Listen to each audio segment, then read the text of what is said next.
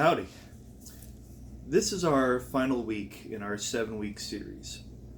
Now, in this week, what we're going to do is we're going to see how all the things that we've been looking at over the last few weeks crescendo into the celebration of festivals and worship.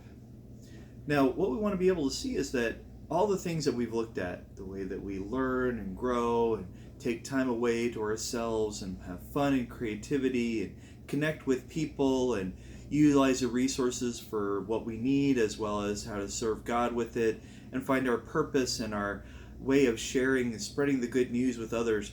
All of these are different forms of worship because they are all things that God has called us to do.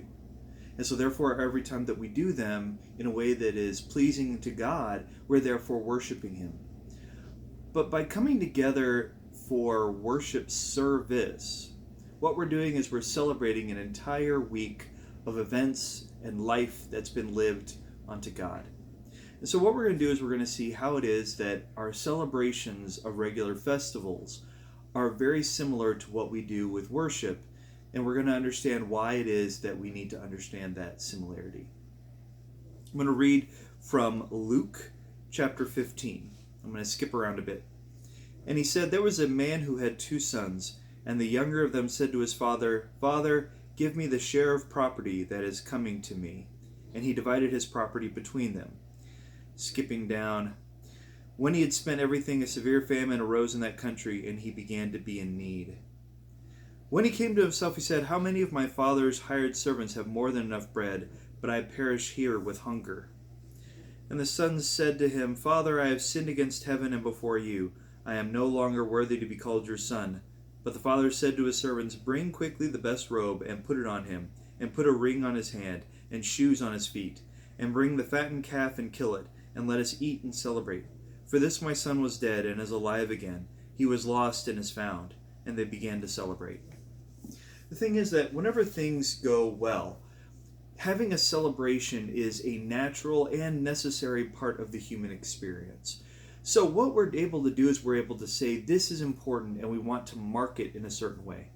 Celebrations are things that can take all sorts of different forms. For example, whenever Joshua had led his people across in safety, he ended up setting up a stack of rocks in order to mark the place where they had come out on the other side of the water and were therefore safe. Or we are able to see that the Passover was a regular celebration of the people being freed from Egypt after the 10th plague. Whenever we see a celebration, what we're seeing is something that helps us not to just remember what was important, but also to take joy in life itself. Taking joy in life is something that affirms the fact that we have life and that it is important. And it's something that causes us to be able to see joy and meaning in life itself.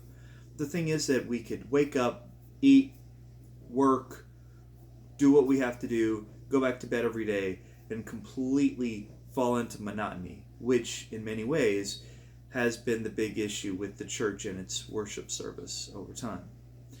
So what we're going to do this week is we're going to have a new appreciation for what festivals are about and why it is that celebration is necessary. We're going to be able to see that worship on the weekends, Sundays, whenever it's held, is not just our act of worship, but rather is the epitome and the culmination of a week of worshiping God with our lives.